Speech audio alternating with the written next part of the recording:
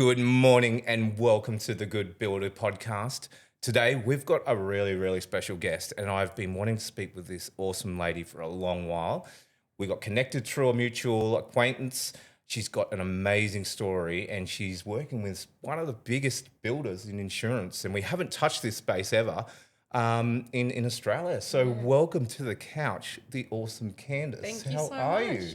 I'm really good, and I'm so honoured to be here. Thank you so much. No, we're honoured to have you. Hey, I love interviewing, first of all, women in construction. I'm big on that, and it's not a thing about marketing myself as a guy who loves women in construction. I was sort of raised by my own mum, and I see the power of women. And I saw it with my own eyes when we had. I used to work for Mirvac, Candice, and in commercial construction, and they went through this whole sort of thing about equality in the workplace, and we saw the gender roles sort of, there was a bit more opportunity there for the ladies, and the business flourished. Absolutely. So- I think we've got an eye for detail. Yeah. And we're empathetic in the way we lead. So I think there's definitely something to be said for people, that have that emotional intelligence and can lock in and just, be raw and authentic. I think that's the game changer. And I don't want to say it's just females, but females do have that motherly, nurturing. I agree. You know, I agree. So I think we do bring something a little bit spicy to the industry. You do, and blokes need it. Yeah, absolutely. They need it in the workplace too. So, before we get into all of that, though, I wanted to get into your journey. Like, how did you get into building? Tell me about it. Well, what have you been up to this whole time? I think my story is probably going to shock a lot of people because I'm actually a paralegal by trade. Yeah, And I lived in the Cayman Islands for the longest time and moved to Australia for an opportunity, and not my opportunity, it was my partner at the time's opportunity, and I just struggled. When you're just a resume and nobody knows your name in the industry or in Australia, I really struggled to find a job. I thought, okay, I'll give myself 6 months just to relax and be a mom, but I'm too OCD and too high energy for that. So I saw an advert for an insurance builder, and it was a personal assistant to the director of construction. And I just went, Go for it. go for it. Yeah. And the rest is history. It has been going on to almost 19 years in this industry. Wow. And that's how I started my journey. And I was the first 3 months of the job, I was bored out of my mind, going from a legal law firm that's high energy, fast paced all the time to, just being a PA. And I don't want to put PAs down, but for me, it was just low energy, and I felt like I could do more. Yeah. And then one of their directors threw his business card and he says, hey, I'm a restorer and I think you'd be great. Yeah. And I didn't even know restoration was a thing. But that's how my journey started. So I leaned in, I had a coffee because I believe a coffee can change your life. Yeah. The answer is always yes. Yep. And then what's the question? I love that philosophy. Yeah, that's how I started my journey. I love your philosophy. I think I'm like that too. Yeah. Candace, you never know, you don't know what you don't know, and you don't know who you're going to meet. Absolutely. And you just give someone the time of day, and you don't know the stuff that can come out of it. Just give someone a chance. I think that's super cool. And when you walk into a room, I think the ingredients to this industry in particular, any industry really, but this particular industry is not going into a relationship or a room going, what can I get out of this? Yeah. It's genuinely leaning in and saying, hey, I want to know you as a person because I like you. Yeah. And we get on. Yeah. And then when you have those conversations, you quickly work out, this person's pretty awesome. And there's an opportunity here for both of us to, you scratch my back, I scratch your back. And that's how great relationships, I think, are forged in this space. I love it. I love it. We haven't talked much about that at all on the podcast around relationships and all that sort of thing. And I think powerful. Well, it was a bit of the reason why we started The Good Builder because I'd been in the home construction industry, Candace, and I'd kind of been looking around and stuff, and I'd sort of seen that, sometimes suppliers and trades and builders had this tension between themselves as well. And I'd be like, what are you guys doing? Yeah. We're all the same team. Like, come on. Absolutely. Let's work together. So glad you actually mentioned that because I will often walk into a function and there's so many of the functions in our industry, and you'll introduce yourself to somebody, and if you're not wearing a badge and they don't know where you're from, they'll be super friendly. And the minute they hear that you're competition, they'll quickly, I've actually had people say, oh, you're my competition. And I thought to myself, man, how do I come back from that? Yeah. So my line now is, actually, I'm not your competition, I'm your ally. Because this industry, if there is a storm or a major event, it's going to take more than one builder to lean in and help. We're going to have to share the load. So for me, I've got some of my best mates own their own building companies or their own restoration companies, and people always go, isn't that a conflict of interest? it's not a conflict of No. interest. We share ideas, we share Yeah. stories, we share trauma. Yeah. You know, so for me, I Oh, think yeah. being allies in the industry is far greater for me and more powerful to me Yeah. than saying I've got enemies or competition in the industry. I love that philosophy. We say here at The Good Builder, community over competition. Oh, absolutely. Like, it's like we're all the same community. If we Yeah. can all... Takes a village. takes a village. Always does. Absolutely. So that's so cool. Well, what about your journey? You're now the Queensland State Manager with Yes. advanced Yeah, buildings yeah. and restoration. That's massive. It's a huge role. Yeah, it is. And you've come all the way from a PA, albeit Yes, that yeah. you probably... Absolutely. I'm not talking down to PAs, but you No. probably shouldn't have Oh, been man, a PA. behind But you every had great executive is a PA, trust me. yeah, but you had to get a good, you had to get your foot in the door. Yeah, How did absolutely. that whole journey to leadership for you go, Candice? How was it as a woman in construction too? You know, look, I think our childhood, if we can take it back from that, plays Yeah. a huge part in who we are as human beings and adults today. I love how you say that. Yeah, so being South African, born and raised into a very poor family, there wasn't a lot. In fact, when it was time for groceries, my mom would always take us on a tour to the pantry and say, "Now you see those tins there? Those are going to last us the week. When we get to the shop, don't ask because you know the answer's no. There's no money for it." So Wow. I think, just growing up in that sort of environment, you can't help but hustle. You have to be the hardest working person in the room. You have to make sure that if you do something, you're doing it to the best of your ability because you want to be the standout. Yeah. Because that's what's going to get you to keep your job or get you further in life. Yeah. So that my work ethic has always been just be the hardest working person in the room and honest, raw and authentic. I cannot tell anybody more than being just honest, raw and authentic. If you've made a mistake, own it. Yeah. I'm sorry, but this is how I'm going to fix it. Yeah. And that's something in this industry that I think is far and few between. Yeah. So when people see that, rawness and that honesty piece, they lean in. Yeah. And so for me, being a PA, being the hardest working person, then getting an opportunity. And again, it doesn't matter what the opportunity is. If it scares you, you should do it. I love it. If you are scared shitless, you should do it. Yeah. Because I would rather put my head on a pillow at night and say, man, I gave it a go and it didn't work out. Yeah. Versus, I wonder what that would have looked like if I had taken the opportunity. Yeah. Right? Yeah. So it's experience and growth versus regret. Yeah. So the opportunity to become the state manager, I was actually the national restorations manager for Advanced and got to know all the supervisors and estimators in the construction side of the business. And the state manager at the time had moved on for a different opportunity. And the CEO at the time said, I think you should be the state manager. And my first answer was, absolutely not. There is no way. There is no way. And he says, Candace, it's about the leadership piece. It's about the empathy piece. And I think you can do it. So that is so cool. I took the job, if I'm being honest with everybody, and my team knows this, because I felt the certain level of responsibility to take a team who were just floundering and had been through a lot and just go, what does it look like to just be solid? Yeah. Yeah. Not talking talent now, just be solid, because there had been this revolving door of leadership and it was like, well, who are we reporting to now? Yeah. And my challenge taking the role on was not to win the hearts of people, not to be the best state manager, because God knows I do not know it all, but was to be the person that they knew wasn't going anywhere anytime soon, just to be solid. That is so cool. So just be there for them, just Candice. be there for them, absolutely. Because, I think any good leader, any good manager, anybody that wants to be a good leader, you walk the floor. You get in the morning, you don't just beeline to your office, you walk the floor. Yeah. And you greet your staff, and in that, the more you walk the floor and the more you read the room, just by saying hello to somebody and their response will tell you whether or not they're having a good or bad day. Yeah. And I think it's that just being open to what that day is going to look like with your team. Yeah. Walking the floor, saying hi to them, and it's not long and they'll make their way into your office and have a conversation with you, and just open door policy. Yeah. Just anytime, is it a shut door conversation? Is it an open door conversation? But either way, just make yourself available. Yeah, wow. You're a phenomenal lady, Candice.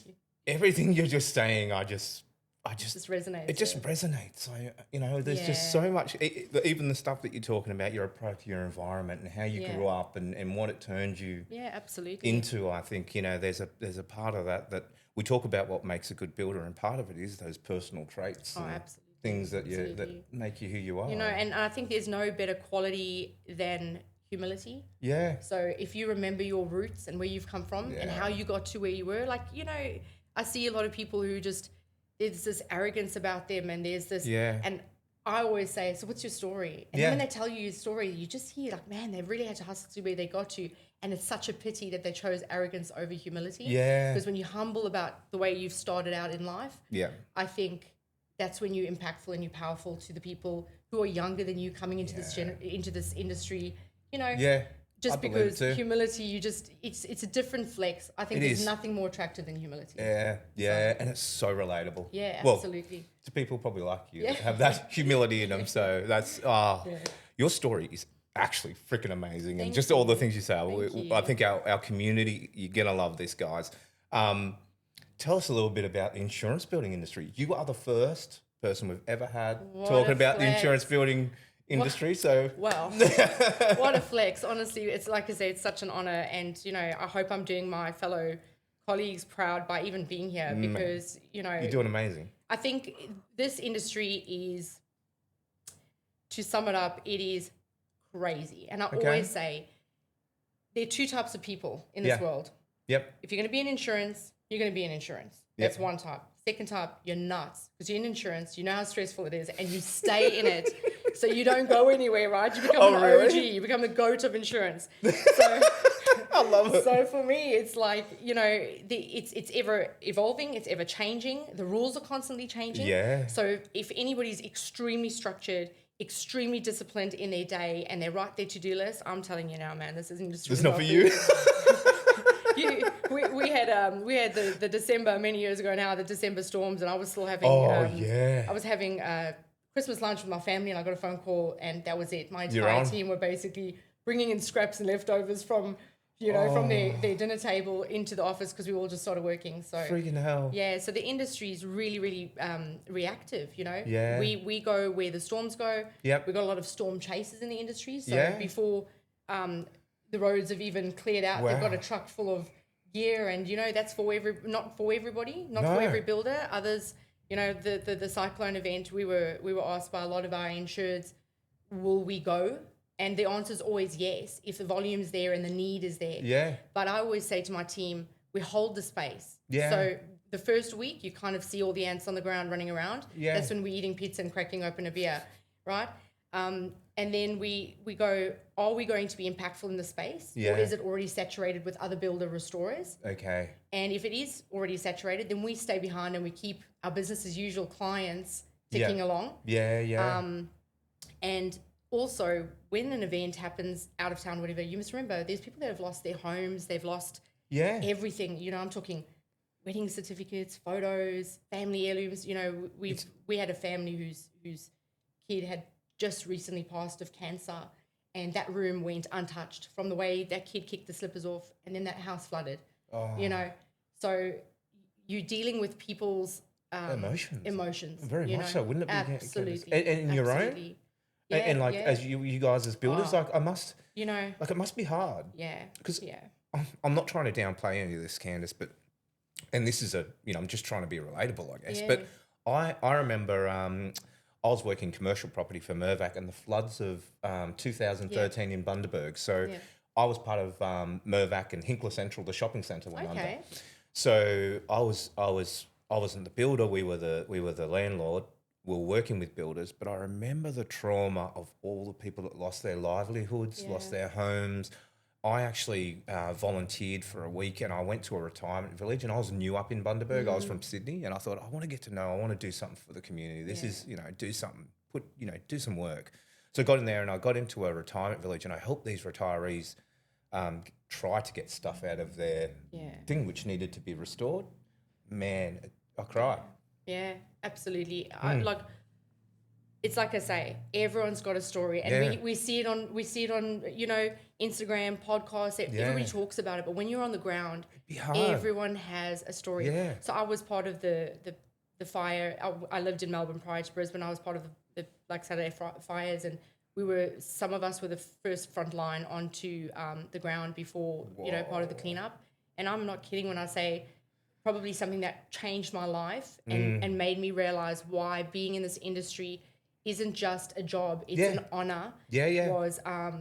we drove past a car and it was a family that was fleeing the fires, and their bodies were still in the car, and it was literally them just huddled over each other in the car. And yeah, that I even get goosebumps talking about it. It changed my life. You know, it really just puts things into perspective, and you know, this is not just a job for us. It's not. No. This is genuinely an opportunity to make a difference. Yeah. And impact people's lives, because we are seeing people when they're at their worst. Yeah. You know, nobody actually wants to see us. Let's be honest. Yeah. They've either got mold or they've rented out a property where somebody's built it into a drug house. Yeah. And that's their investment property. Yeah. There's loss. There's, you know, so when you walk into a property, it's not about the escape of liquid. It's not about the fire. It's not about the drug house. It's the person that's left behind to have to clean it up. Yeah. And they've got a story. And let me tell you something, they will offer that story to you without you even asking. Yeah. So and you have to. Absolutely. You know, I think where we've lost I'd say sometimes we lose touch with what we're doing is it's about the burn and churn, and it's not about taking a step back and going, this right now is not about the volume that we're experiencing as builders. Yeah. This for this person, that's the only thing that's going on in their life. Yeah. Right? Yeah. So it's not about like, hey, I've got 2 other properties to go and see before 12 o'clock. It's about I'm here right now listening to your story. It's such a different type of construction and building, isn't it? Absolutely. We see a lot of devastation. We deal, advanced deals with escape of liquid, fire, mold, trauma, meth labs, cleanups. You know, we recently had a trauma job where it was a older lady who just decided there was nothing worthwhile living for, and, you know, took her life. And, you know, the saddest part of that story for me, one, you know, that she didn't have anybody she felt she could lean into, but two was took 3 weeks for her to be discovered. 3 weeks before anybody noticed she was even missing. Yeah. You know? Wow. So you definitely see some stuff that will change you. And my team and I talk about that often. You know, we talk about, you know, we'll trauma bond, I call it. Yeah. Where we share stories and we have a good laugh, because sometimes you also go. That's all you can do. Yeah, sometimes you rock up and the person's completely nuts, you know, and it's a funny story to bring back to the office. So, you know. It's a way of processing and absolutely. dealing with it. That's Absolutely. phenomenal, Candice. I didn't.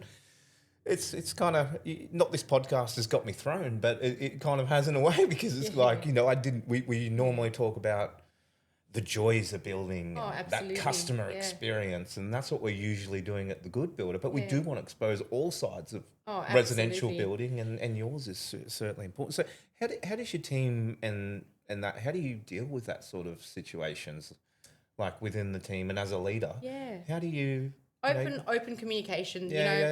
I've got a lot of guys that work with me that have got a tradie background. Yeah. So, you know, we're manly men. We don't cry. We don't take offense to anything. We're very, you know, strong.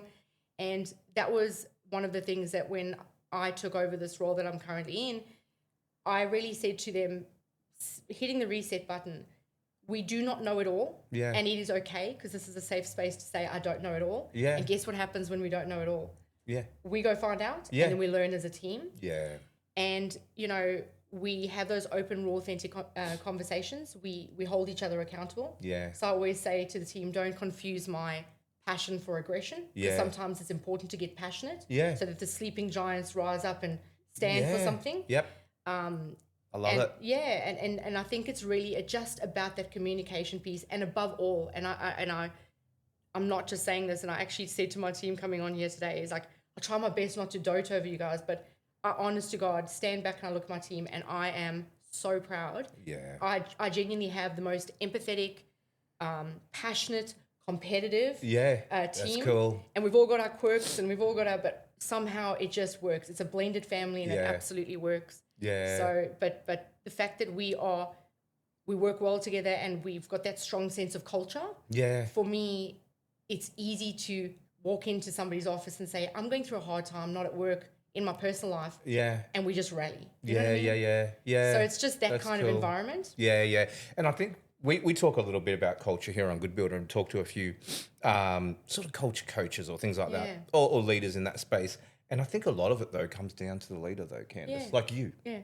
Yeah. You know, because you talk about, I say culture's not a thing I don't know. It's like, for me, culture's not a thing you can write it on a piece of paper, but it's Yeah. not written You on a gotta piece of live paper. It's the feeling. Yeah, it's the You gotta experience. live it. It's the lived experience. So Yeah. you walk into a room, and I used to walk into businesses and go, I can feel the vibe, which was like, I can feel the culture of this business, and I can tell, like you talked about at the beginning, open door policies, walking the floor, catching how people are coming in the morning, Yeah. how are they finishing in the afternoon? Have they gone to a site where something has happened where you're kind of like, Yeah, not to, absolutely. I'm not making a joke of it, but do we need to trauma bond? Yeah, Do you know what I mean? absolutely, Like, absolutely. Hey, normalize trauma bonding. yeah. In this I've industry, never it's a heard real of it. thing. It's a real thing. I have never touched Yeah. this side of building. Yeah, Like, I'm so excited to be the first one to, I know, it is so great. Like, Yeah. so, It's such a great industry. Honest to God, it's such a great industry. And Yeah. and you kind of, even when you go to these functions and you look across the room at, your allies in the industry. Yeah. And you just know. Yeah, It's yeah. been a rough week, man. Let's Yeah. just have a champagne together because we know we've had a rough week together kind of thing. Yeah. So- Wow. So what's the last couple of years been like? There's been a lot of weather events and different things that are Yeah. going on. Has it been really, Absolutely. like, for Advance? What's it been like? Yeah, it's been super, super busy. Yeah. And, if you're going into an event and it's not handled correctly, you can cost the company a lot of money. So you've got to, whatever we do, we've got to be doing it with purpose. Yeah. So our boardroom becomes our war room during a Yeah. storm. Wow. So my Yeah, leaders wow. and I sit around the table and we pull it apart and we say, what are we going to do here? What does everyone's space look like? Yeah. Then we take that to our broader team. Yeah. And then the broader team will have a say or some input, and then we'll bring that back and say, this is an idea on the table. So we'll tweak and we'll mold. Yeah. And then after every event, we pull it apart. What did we do well? What was our wins? What were our stretches? Wow. And what can we improve on? And in this industry, because we're so reactive with events, Yeah. I would encourage any insurance builder that's not doing it, that your daily, weekly, monthly conversation should be, if a storm were to hit tomorrow, what does our space look like? Are we up to Yeah. date with the BAU stuff? Yeah. Are our comms clear? Yeah. Are we keeping in touch with our clients to let them know what our capacity is like? All those questions that will come flying at you on the day of the event, and Yeah. then it's too late to start planning, right? Yeah. So to be storm prepared Yeah. would definitely be my advice, is to just keep that on the forefront of your team's lips. Yeah. And then every time a storm happens and you pull it apart and you talk about your wins and your stretches and what you change, Yeah. write that into your new, Wow. how-to manual. And then the next time you use that and continue to evolve from that, because Yeah. no storm's the same. No event's the same. Yeah, wow. It is such an interesting, Yeah. just industry, and the fact that you don't really plan for your jobs. Absolutely don't. You plan after the fact. That's true. That is Every single absolutely time true. an event comes. Yeah.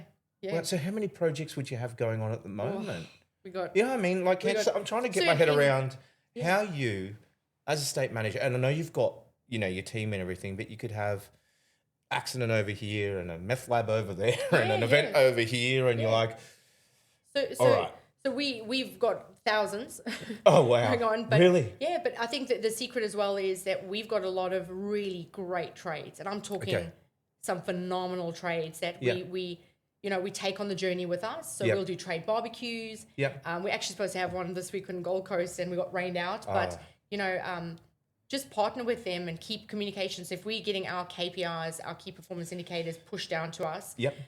we're communicating that to our trades to say, hey, this is why this is so important to get the turnaround. Yeah. So I think the secret to success is definitely onboarding some amazing trades, Yeah. recognizing them for being so amazing, Yeah. and then taking them on the journey and giving them work, because Yeah. putting food on their table as Yeah, well, yeah, right? yeah. So that's how we get to be everywhere at once. Yeah, is we partner with some wow. amazing trades, some really smart trades. And so back to your point, relationships are very Oh, important. Like, That's the fundamentals. it's the yeah, game, isn't yeah. it? Not the game, but Yeah. you need That them in times of foundation. need. It's the foundation of Yeah. everything we do is relationships. Yeah. That and communication. Yeah. So- yeah, it's such just a different way of building. And you're like, when you do make safes and Yeah. things like that, that's like, in my head, it's phenomenal because like it's just a totally different way of building. It's not Yeah. your first priority is making that family safe. Absolutely. Absolutely. So it's and kinda not sometimes the rain building- hasn't stopped. Yeah. And you're up on a roof and you're tarping and you're sandbagging up on top of the roof, and then you'll get home and you'll have a shower and you think, oh, this make safe was success, and Yeah. something's happened and sandbags moved or the tops moved, and you're back on the roof. So yeah, that's and that's 24/7. Yeah. Make safe doesn't stop. You know, No. I always say a flexi hose doesn't discriminate. Yeah. If it's gonna go, it's gonna go. Yeah. In terms of like, because you work in fairly dangerous situations, what is the health and safety like? If you don't mind me asking, like, we have got the most amazing team. It would be. It would have to be. Amazing team. Yeah. We have the most amazing health and safety team, and they're constantly looking at the laws and legislations, and we do a lot of toolbox talks. We've got every job has to have a swims. And if there's something that's changing in our space, in our industry, our safety team's letting us know. Yeah. And then they're saying to us, once the toolbox talk has been had and everybody's signed off, send that through so that we can see that everyone in the business, because there's no such thing as, but I didn't know. Yeah. Right? Yeah. And then we've got our supervisors who are on the ground and they're dealing with their trades firsthand. Yeah. They're making sure the trades have got their paperwork in place. Look, I'm going to be honest, to be onboarded with Advanced is quite a task, but I'm proud about that. Most people go, oh, that's tedious, but I'm proud of how hard it is to get on to our books as a trade, because it means you get to go home safely to your family and we've done our job. Yeah. You know? Yeah. So licenses, tickets, there's no cowboy stuff. You know, we don't stand for it. And it doesn't mean to say that accidents don't happen, but it's what we take from that accident and how we learn from it, and we change the process moving forward. Yeah. You know? Yeah, no, that's phenomenal. Well, I think you've had just such an amazing experience, like journey and everything. And I think there's a whole heap for people to learn from you. But if you were to sort of meet your 18-year-old self or maybe a younger person, what would you say to them about, like, if you wanted to get into industry, or what would you what would you say to them? It's a great question, because I've actually got a soon-to-be 18-year-old son, and I know what I say to him on the daily, other than clean your room and get off the games. I would absolutely say, and again, I touched on it earlier, is the answer is yes. What's the question? Yeah. And a coffee will change your life. It doesn't mean you have to commit or go on the journey. It just be open to what people want to say. You know? And I think another thing for me as well is there's such diversity, culture, personalities, you know, in the space, that learn from each other. Like I say this to my team all the time. There's this sense of defensiveness in our industry where if you've done something wrong, no, I didn't, and your back gets up, right? Yeah.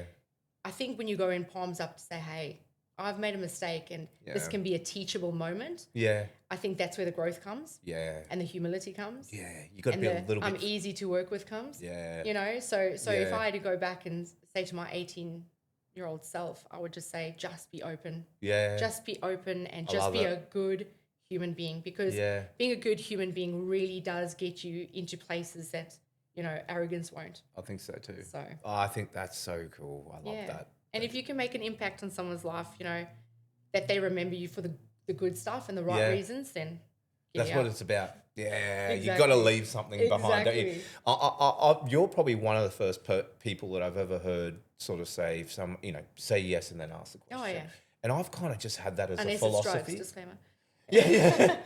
But I've had that as a philosophy in myself, and I've always found it to be beneficial as well. Yeah. You know, Candace, like it's like, and as we said before, you just never know who you're talking to. You never know the experience they've had. You never know what you're going to learn. I think everyone's got a story. Yeah. Everyone's got something unique, a perspective or something that you can learn from. So I love that philosophy. I think it's so cool. It's interesting. I actually had my big boss ask a few of us a couple of months ago, you know, like, where do you see yourself? Yeah. This is the next phase of where we're going. Yeah. What are your thoughts? Are you in or are you out? And man, I just said, I am on the journey. Because it is a journey. It's not a race. It's not a marathon. It's a journey, and it can change. The path can change. You could be, you know, heading to a certain direction and be veering off and doing a side pit at and then getting back on. Yeah. So that was my response, is I'm on the journey, because, you know, I want to go where the business needs me. Yeah. I want to go where there's growth. I want to go where I'm inspired. Yeah. And that's, you know, cool. I want to go where I'm learning. I'm learning every day. Yeah. As a female in construction, as a state manager, my team know I'm a smart leader because I surround myself with some people that are brilliant. Yeah. And they make me look good. Yeah. Don't worry. We do the same at the Good Builder. See, right now you're making me look good. This is going to be a really good podcast. Everyone's going, oh, that's really good. But guess what? It's Candace that's making it good. We surround ourselves at the Good Builder with our community. Hopefully, we'd love to call you part of our community, bringing in people that share the knowledge. And I'm with you. It's all about you're a sum of the people you surround yourself with. Hey, I think that's the. I tell my team, if I walk out tomorrow and switch the lights off and the AC off, I said, you guys are going to notice the AC's off and the lights off, but you're not going to notice I'm not there. Yeah. The company keeps going. I said, but if you guys left, Yeah. man, we would be in a lot of trouble. Wow. I couldn't do it without them. Yeah. They're amazing. It'd be the same thing if Eliza left. No editing. Huge trouble. I'd have no content. Anyway, now, women in construction, in terms of that, young women. You want more what young women in construction? How do we motivate them? How do we bring them in here? One thing that we were talking about with some ladies on the couch about women in construction, one thing that I had said, and I'm going off on a bit of a tangent, but I'm going to. I'm like, I think when there's women in construction events and things, I think more men need to be there. Yeah. Oh, I think more men. We talked to this Go company, Candice, and they're really cool. They have these little Go sanitary packs that they give to builders, female and male, to give out to their teams so they can, make sure everything's sanitary. We still need to do something about the side toilets and things, but we'll talk about that on another podcast. Don't trauma bond me with side toilets. Yeah, okay. We'll trauma bond maybe over lunch after this over side toilets. We probably shouldn't while we're eating lunch, but anyway. But they were talking about, they did this chat they're in Tassie, and they did this chat where they invited a bunch of blokes, and then they invited I think she might have been some sort of doctor, physician or something that knew a lot about, obviously, women and things, and told the audience, just went full on, not even PG rated, just went the full gamut of what women have to do, in terms of to have a sanitary place and things like that. Yeah. And the guys went, oh, shit, that's why. Yeah. I'm like, come on, guys, open your eyes. Yeah. Well, hold my hoops. You'll be excited to hear this. In our industry, we actually have women in insurance. So it is a volunteer body of women who, form this committee, and they put on some amazing, and I'm talking awesome. I'm talking their events are so lit that their websites crash. I'm not even joking. If they release tickets to their end of year function or their luncheon or their AGM, we'll give them a shout out too. Tickets crash. Cool. They don't need one. Yeah, and a lot of them are my mates. A lot of my mates in women insurance have been on the committee and are no longer because they've gone off to have babies. Nice. But they are just so amazing, and they do this all in their own time and volunteering, right? Yeah. But I can tell you now, when you walk in that room, it is an equal part men and female. Oh, that's cool. So in this industry, there's definitely there's no limit to what your role could be in this industry, because I would definitely say that's something that I love about it, is that we aren't old school in going, you're a female in construction. Yeah. We're woke. Yeah. You know what I mean? Yeah. Like I've got a female estimator who's out of Ballina. I just said, man, if I could get more female supervisors into this role, because we do, and it's not saying men don't, but females have attention to detail. Yeah. We see things in a room that maybe could be missed. Yeah. So I just think it's a flex, and my advice to anybody, like, man, if I could go back to my 18-year-old self and say, do something as a career, I would have been a tradie. Yeah. I would have loved it. I think no day's the same. You're not stuck behind a desk. You're not stuck in an office. Yeah. That's cool. Your office days are in a car, and every day is different. Yeah. I think there should be more females just saying, you know what, I can do this. Yeah. Absolutely. And we've got a builder we always talk to, Walt Constructions. He's up in Noosa, I think. But he has this female carpenter. He reckons she's the best carpenter in Australia, and I reckon she is. Absolutely. You should see the detail on the decking he's showing. I was like, oh my God. I can imagine. It's so good. So, and it's just that pride in your work as well. Yeah.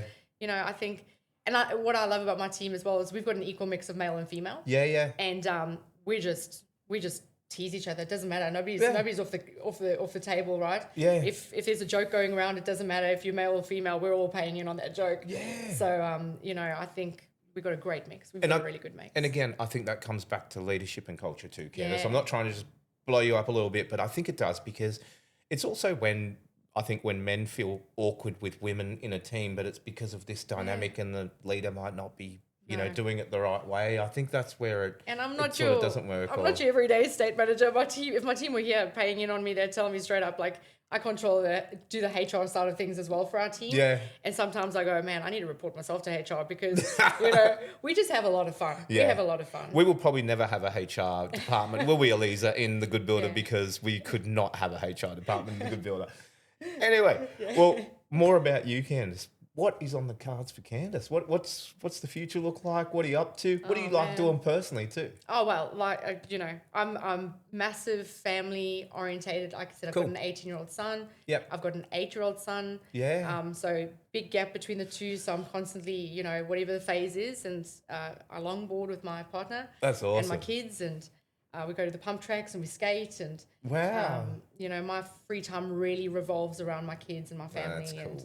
and just I live on the sunny coast. Yeah. I'm on the ocean. I'm at the ocean, Yeah. just That's- unwinding and relaxing for what's a hectic week, Yeah. And as far as my career journey, again, wherever it takes me, and Yeah. I'm open to that. Like I said, I'm on the journey. If somebody to say to me, do I think my work at Advanced is done? I would say absolutely not. We've got so much work to do. Yeah, cool. I think any team that thinks that their job is done is failing. They're Yeah. stagnant. They're failing.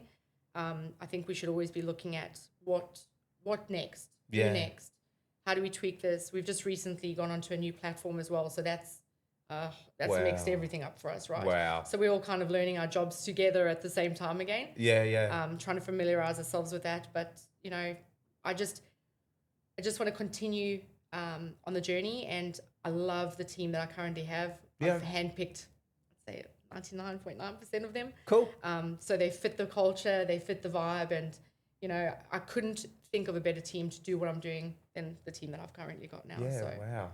if they're in my future, we're going to be successful. You're going to be good. Yeah. Oh, you're phenomenal, Candice. Well, I was thinking, not that you're going anywhere, but if you ever did start a, detached home building, and you worked for a detached home builder, I'm sure you would just rock it, because your job sounds a lot, sorry builders, but your job sounds a whole lot harder. Like, you just kind of like, bang, storm. Yeah. Oh my God. How are we Yeah. going to rebuild this? How are we going to restore this? Yeah, absolutely. And you've got to do it quick. Yeah, that's it. We've got strict KPIs, and we held to task on those, and depending on whether you're failing or kicking goals depends on your work allocation, so that it's that constant Wow. measurement, that constant pushing and pulling.